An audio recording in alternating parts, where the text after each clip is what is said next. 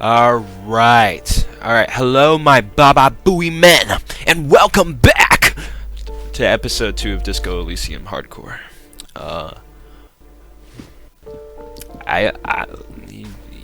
Do you remember what happened? I don't, and I don't care. Give me a moment.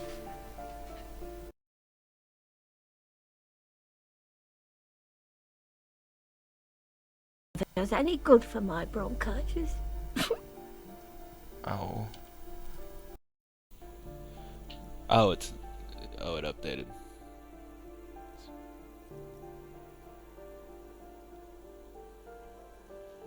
Okay. Cool. Are you alright? Should I call a doctor? I'm fine. Fine. Don't you worry about me. You're still worried. It's very worrying. Now, what do you want from me, policeman? I'm looking for Martin Martinez. Oh, you'll find plenty of Martins here. Don't you worry. No, you don't understand. I'm looking for a real person named Martin Martinez. He's told me he's Martin Martinez. Pea-brain. Someone played a trick on you. Martin Martinez is a name for anyone who comes from Martinez, like Jim Jamrock or Raoul Ravachol. Oops. You really didn't get the joke there. I thought it was obvious. Anyway, officer, we don't have the witness's name. How about a young male in his mid-20s, dark hair, skinny build, a smoker on a balcony? Know where he lives? Yes. I know who you mean. The scrawny boy who's always smoking like the devil, right? Somewhere in the building, a child starts crying. You hear a radio tuned to a talk show and someone taking a shower. What's he in trouble for? No trouble, I just want to talk to him. Do you know where he lives? Talk? He lives upstairs in room 28. Go to the balcony. It's one of those doors there. He's usually home in the evening. Thank you. We should go check out his apartment on the balcony. See if he's home. I have a few questions about those apartments. Ask away, policeman. Who lives in apartment 10? No one lives there. It's been empty for months. But I talked to someone through the door. Impossible. I would know if someone had moved in there. Maybe it's those countercultural people again, breaking into a house like it's a public space. You're a policeman. Be good and take a look, will you? Sure, I'll go see what I can find. Great. Young people. They're worse than rats. You know, always littering the hallways with trinkets and empty beer cans. Yeah, that's all, thanks. She mumbles some kind of a response, then hacks something into her handkerchief. Thanks, I'm off.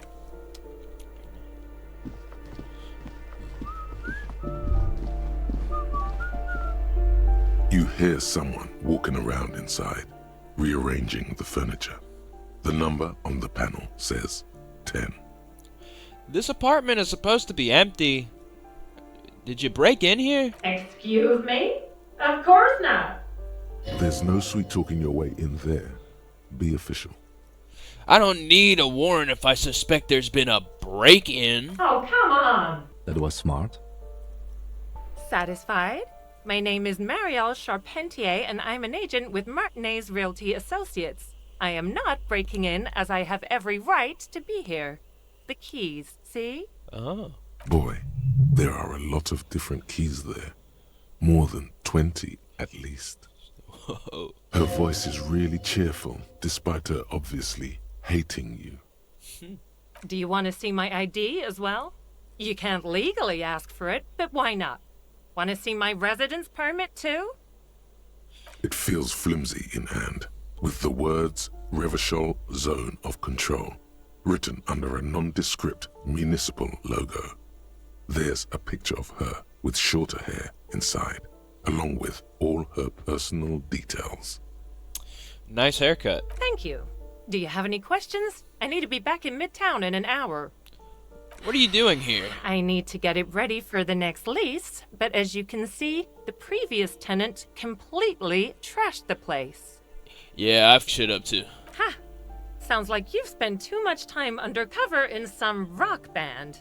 Who lived here? It was some kind of a moribund old man who used to be a business owner. You'd think they'd make rent. A sudden serious look crosses her face. This story didn't have a happy ending. But that was months ago. Anyway, was there anything you wanted, or is that it? I'm in a hurry. I glimpsed a foreclosed apartment down the hallway. Oh, that's another huge mess. The former tenant owes us 3 months of rent. 3. We closed the apartment and planned on auctioning off the valuables, but... And again, I have no idea how stupid mistakes like this can even happen. But Ron, when he came to close the door, didn't close the neighboring door. And there's a hole in the wall. A hole in the wall. Can you believe it? And then the tenant ran off with his stuff. He's gone. The money's gone. Just like that. Oh, it irks her. The incompetence. My money has also disappeared, I think. Well, it does not disappear from my hands. No, I don't let it. It couldn't have been that much money. These apartments look pretty shabby. These apartments are perfectly fine. They have gorgeous architecture, a million-real view of the bay, good ventilation, neighbors, life, spark, and they are affordable. You know, affordable is something I would like right now. I'll tell you, Martinez has a future. In a few years, it's going to blossom with artists and creatives and those radio computer wizards. Oh. It's as if they're real wizards, able to resurrect dead real estate and breathe life into bank accounts. So wait, what happened with the wall? Don't ask me what happened with the wall. I have no idea how we're going to find the time or resources to fix it. Okay. Both apartments are now unrentable. Both. That's all, thank you. Of course. Give me a moment. I didn't find any counterculture people in apartment 10. It was just a real estate agent setting up the room for new tenants. I see. I hope some good people are finally going to move in. This place needs them. Yes. Radio computer wizards are coming. They're gonna save the place and the economy. Oh, I do like wizards.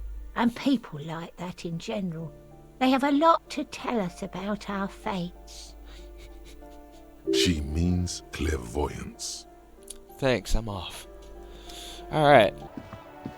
The streets will flow red once more, a great torrent rushing down Rue de Esperance. You wait and see. The streets will not flow red with anything. Who are you? I'm Cindy the fucking Skull. What else do you want to know? Date of birth, blood type, the last time I was tested for Hep C. Hep. Yeah. When were you last tested? Had a battery of tests just last week. I'm practically a patchwork of interesting critters. Kinda like a man-o'-war. That smell coming from her paint bucket. It's not paint. It's heavy fuel oil. Is that heavy fuel oil? Red-dyed heavy fuel oil, intended for exclusive use in government vehicles, to be precise. What did you think I was using? Aquarels? Sucked it out of a cop's fuel tank myself. Whoa! Whoa! She really did it. She's proud of it too. Fumes are bad for you, okay? Something to think about next time you're driving around in your pretty little piggy carriage. What are you doing Can't to the you wall? tell? I'm painting a beautiful mural, an aereo graffitio visible from low orbit. I haven't really started it yet. I'm waiting for the right words. So you don't know what to write? Have you ever tried your hand at graffitio?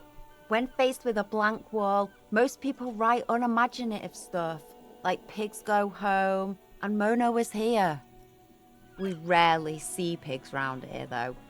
Just union cards. And my name's not Mona, so...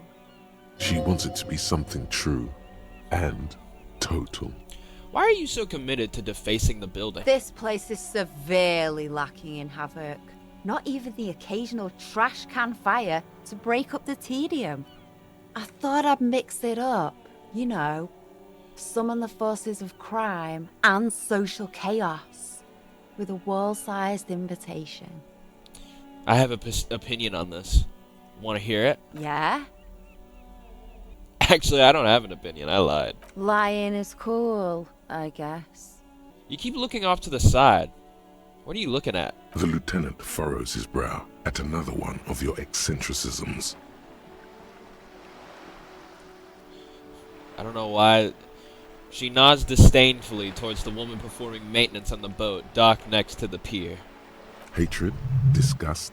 It's difficult to tell which of the two is more present in her girlish features. The woman on the boat does not notice her staring. That is on her. Someone's got to keep an eye on her. Who is she? Probably the Wild Pines rep. We should talk to her. She's a professional negotiator, though. I have the feeling she will be very cooperative while telling us nothing. You should take the lead. Ask her unexpected questions, you know? Do your thing. Don't be afraid to get a bit wacky. Throwing her off is our best bet. Good idea, piggies. Run along now. Fuck her shit up good. Impound that boat while you're at it. I'd like to watch her swim back to Ozon.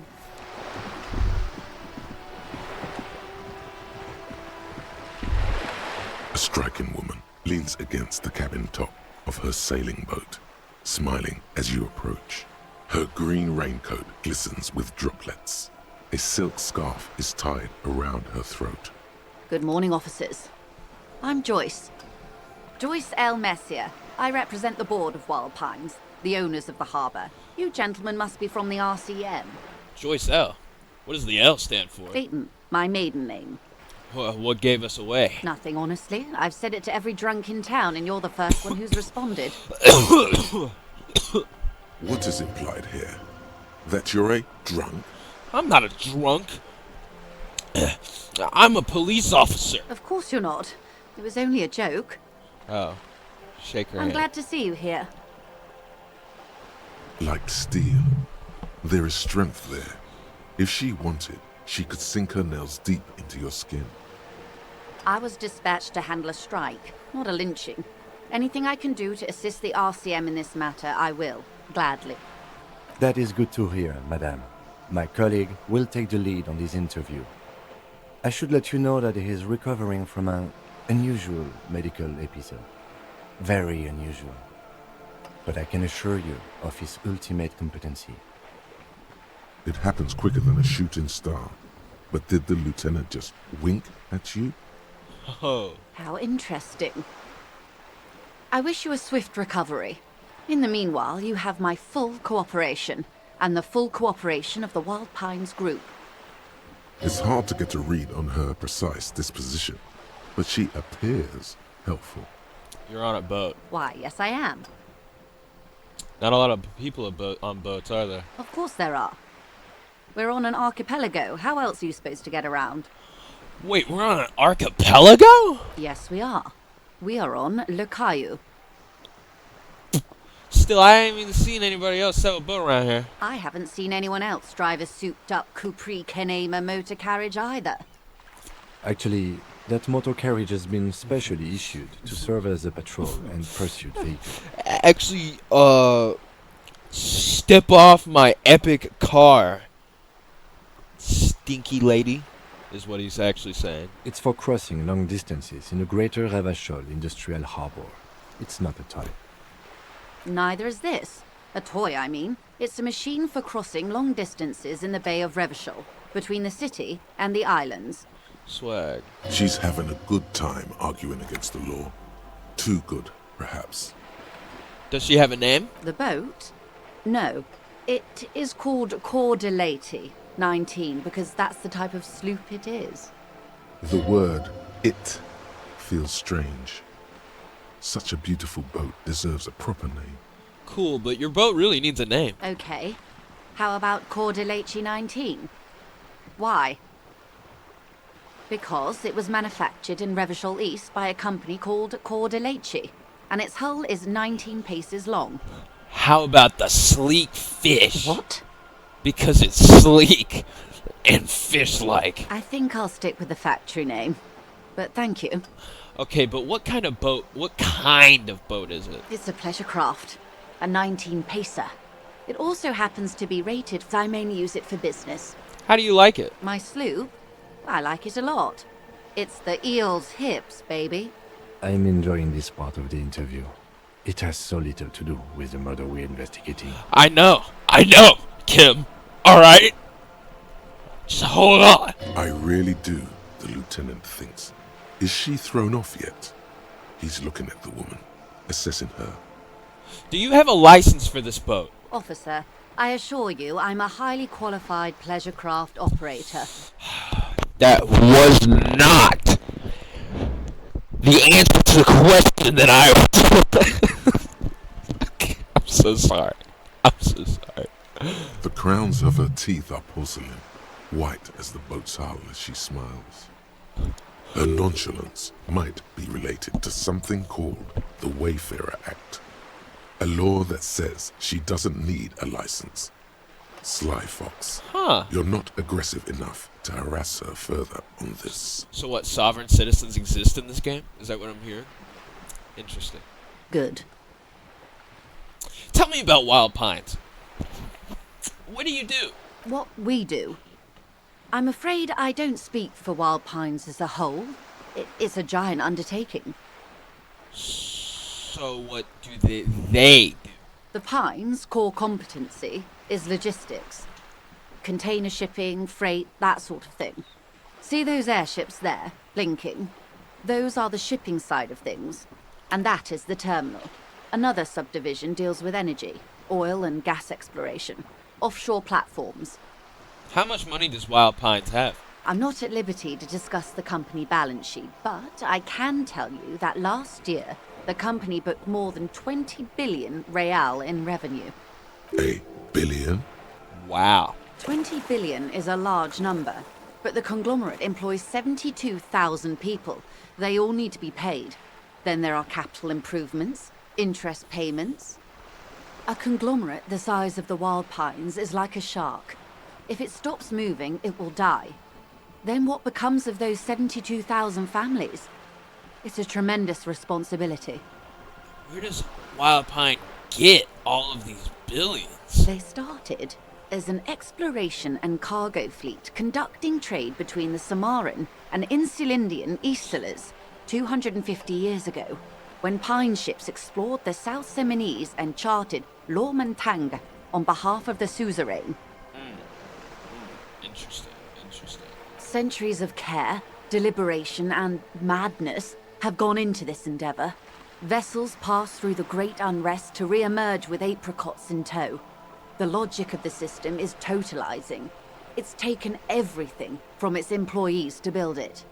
What does such a huge system want with a place like this? You mean aside from being the terminal's legal owners? Who are responsible for moving 8% of the world's cargo? 8% of all cargo in the world? That's quite the endeavor indeed. There are no minor cogs in the system. Each terminal must be accounted for, lest the entire system break. Every hiccup in such a system means thousands lose their jobs, the world over. I'm here to assure that doesn't happen. With your help, hopefully, says her warm tone. What can you tell me about this strike? Everything.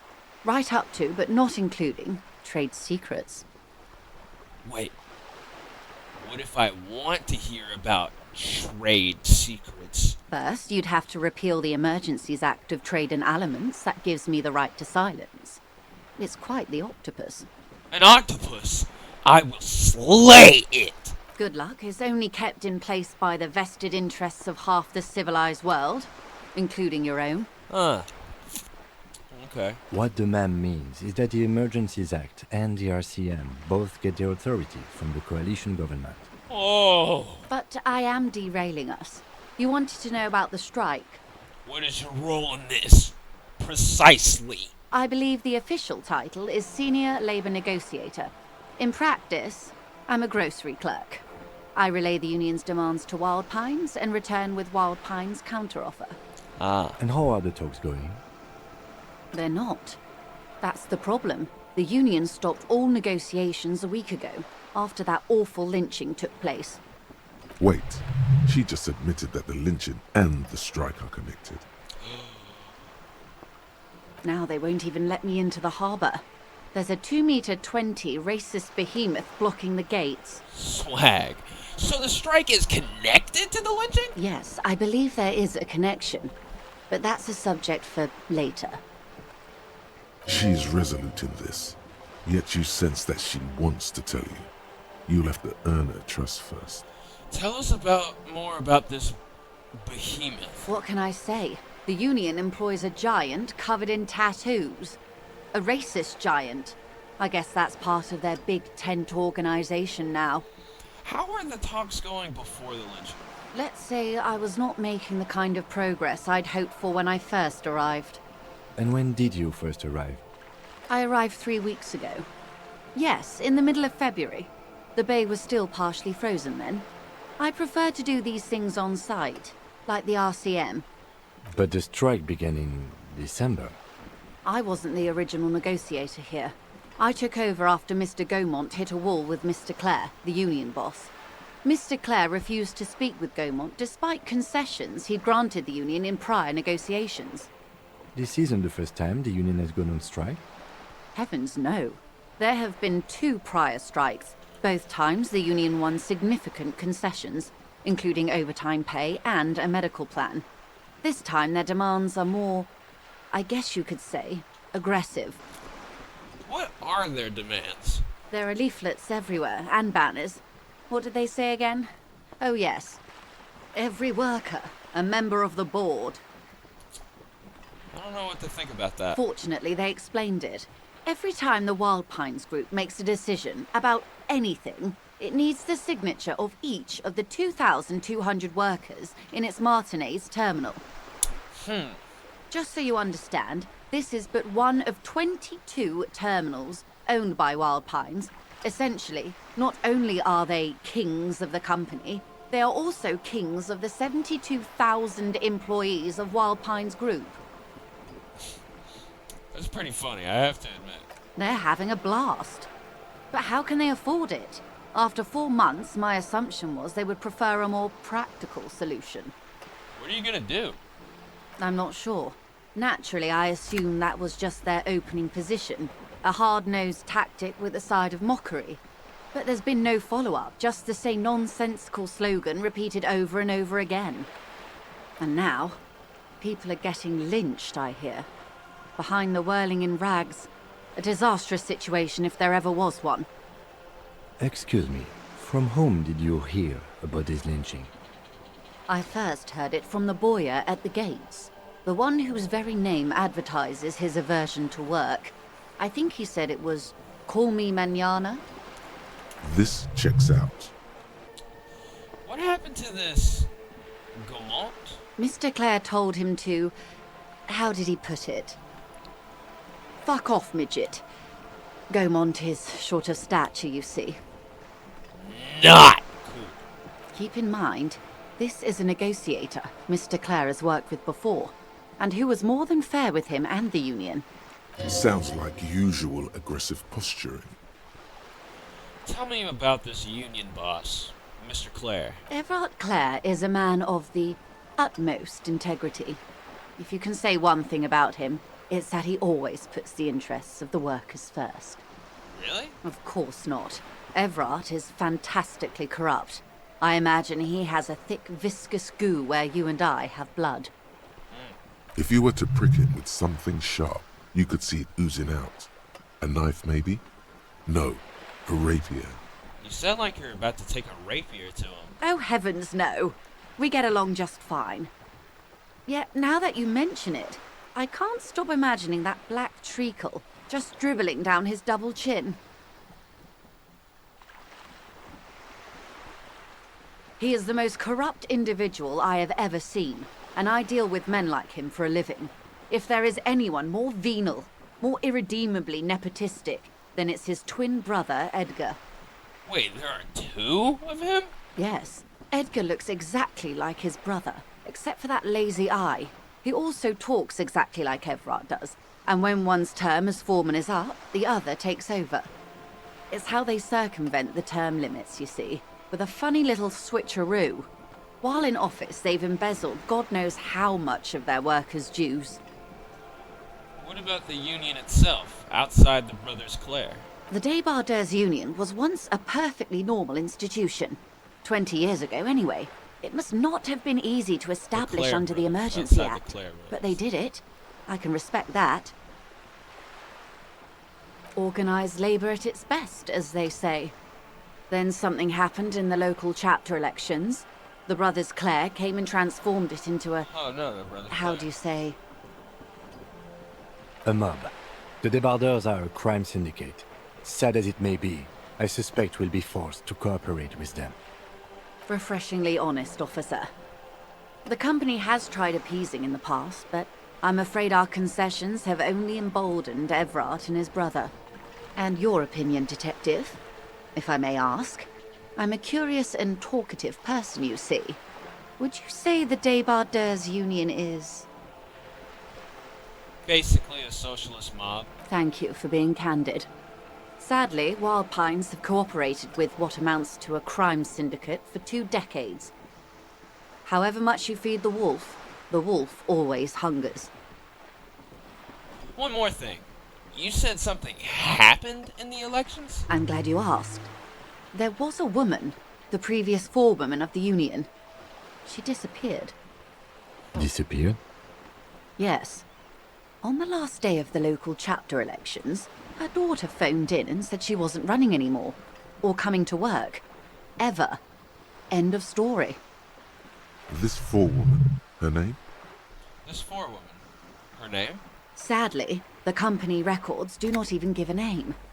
She's just forewoman in private correspondence, Holly. I don't even know if it's a sir or given name, and I don't have access to the Union's files. Eerie. Downright haunting, if you ask me. The Wild Pines suspected foul play, but what could they do?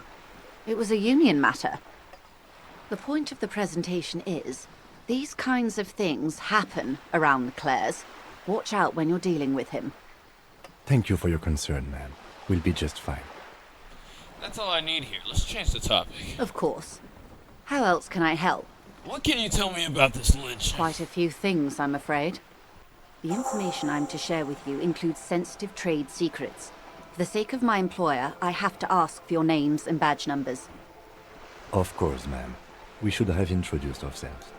I am Lieutenant Kitsuragi from Precinct 57. And this is my colleague from Precinct 41.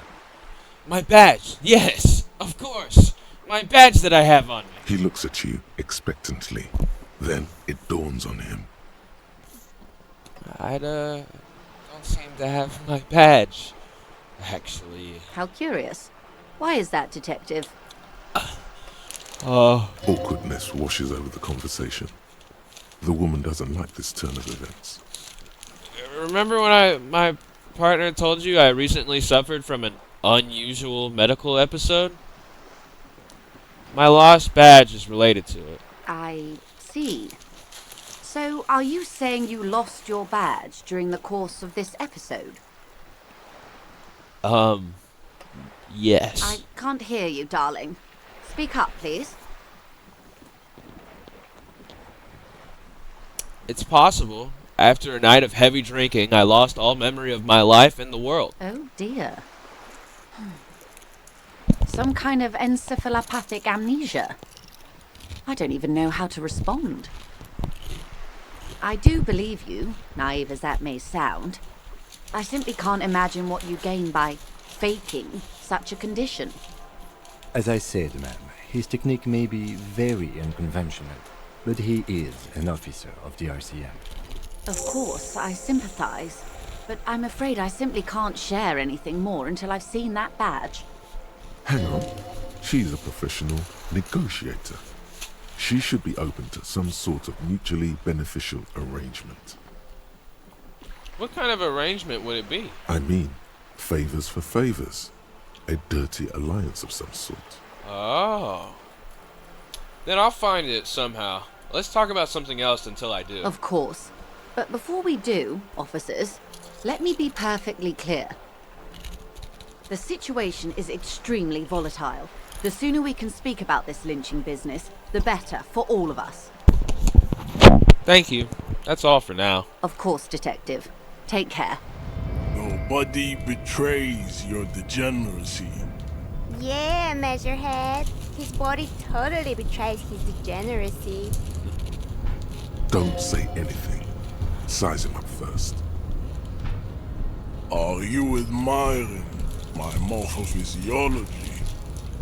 It must be frightening to stand in the shadow of this racial pinnacle. Be calm, Sandwich. You are not in danger, because you are not a threat to me. We don't have time to get into this right now. Alright, I have a better way of getting into the harbor. And more epic way. An inconspicuous pile of the roofing material, Eternite. What is this? It's nothing. Someone just left some roofing material slanted against an old shack. Baba Booey! Because yes! the panels of Eternite. That's why they're too orderly. There it is. You see a shabby little door. Hey. Baba Booey on the Baba Booey Man. That's why they call me the Baba Booey Man, baby. I be finding little funny things. I'm the silly little guy with the Baba Booey. Woo! Alright. What is this then? A tool shed? Let's investigate.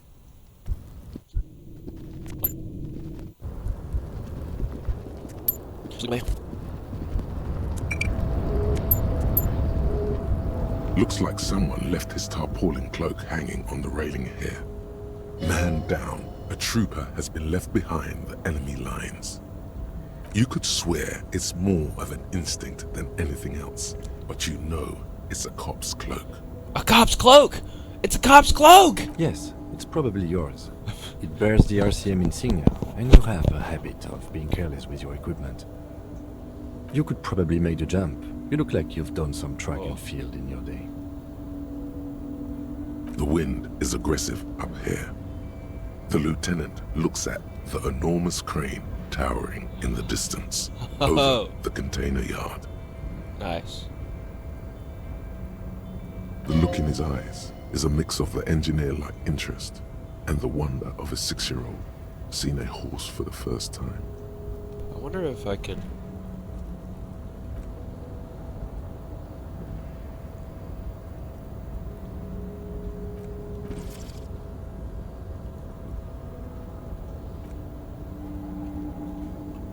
That machine is a Kvalsund 1020 HK. Kvalsund 1020 HK. Is it? Kvalsund makes a lot of heavy equipment, but this is phenomenal, even for them. Oh, it does say Kvalsund. But I digress. We were focusing on your cloak here.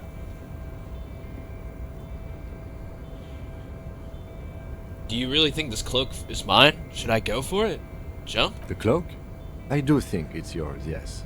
As to whether you should go for it? Well, it doesn't seem too dangerous. 2 meter stops.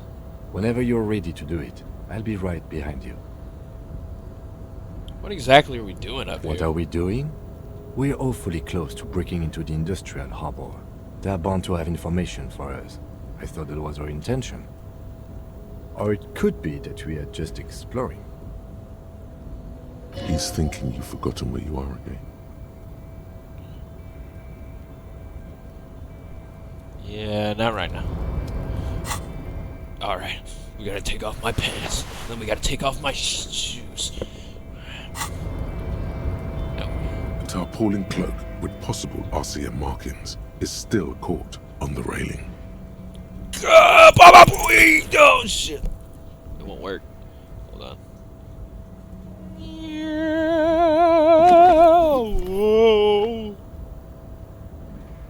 Nope, no. That's still too high. What were you thinking? You're not a gymnast. You're a boxer. And you've climbed way too high up here.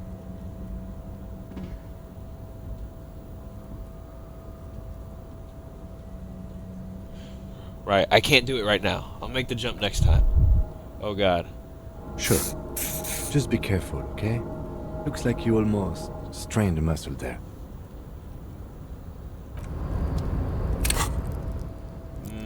I.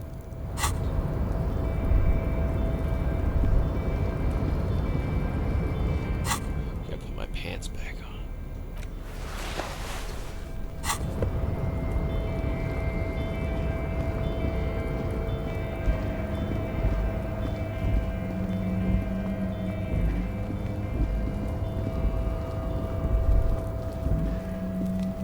Okay, we're not doing that. Maybe we can go inspect the body. Oh wait, I forgot to internalize this.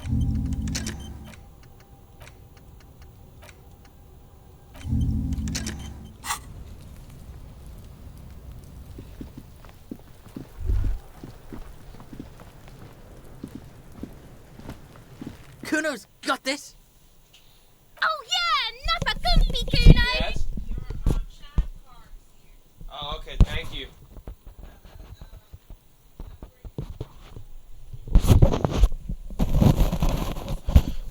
Hey, a moment of your time, please. Can't talk, pig.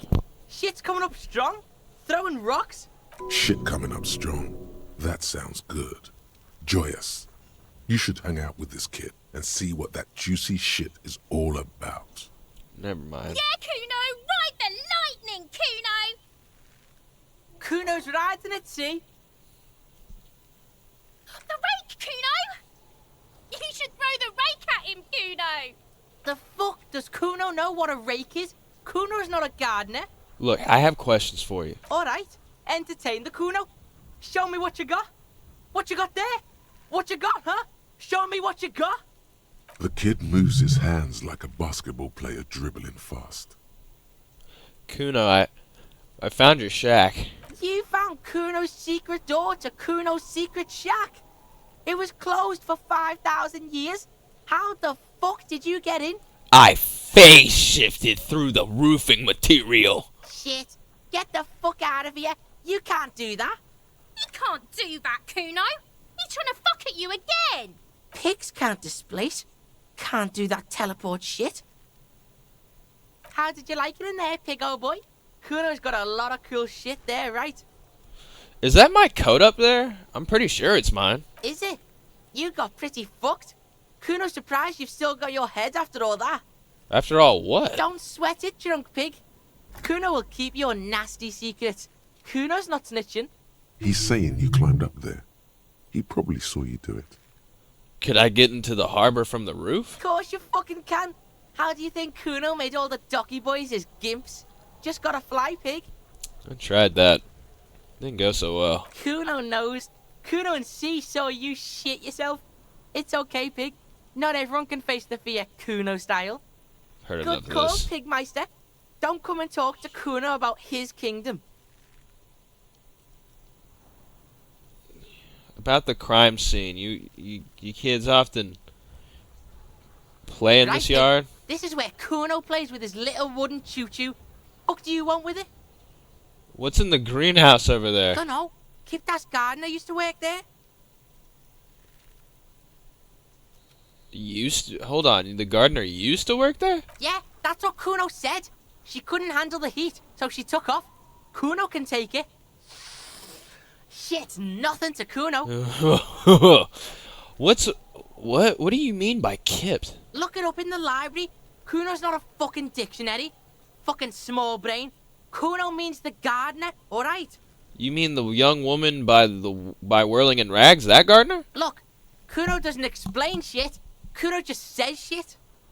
Yeah, her. I might have questions later. For now, let's talk about something else. Yeah, whatever. Kuno doesn't give a shit. Okay, I'm off. Kuno doesn't fucking care. Okay.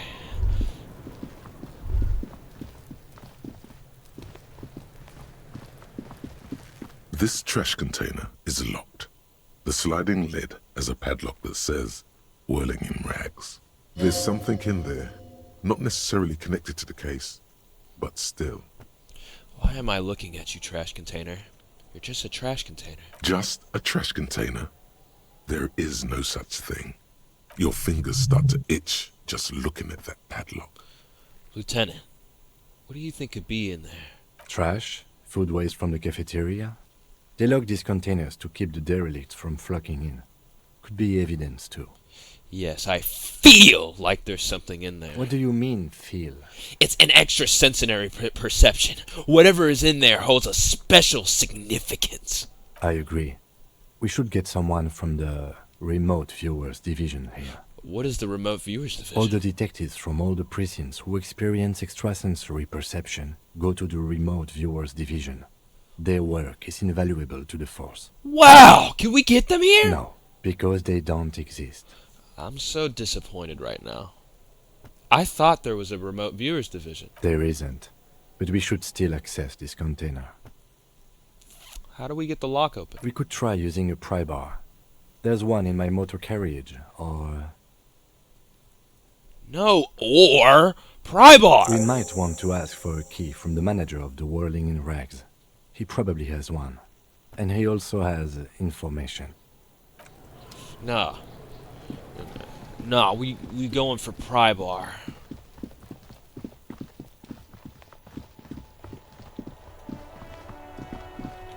Also, let me just talk to her real quick. Hello again, officer. How are things? Of course. Where to? No problem. She's very...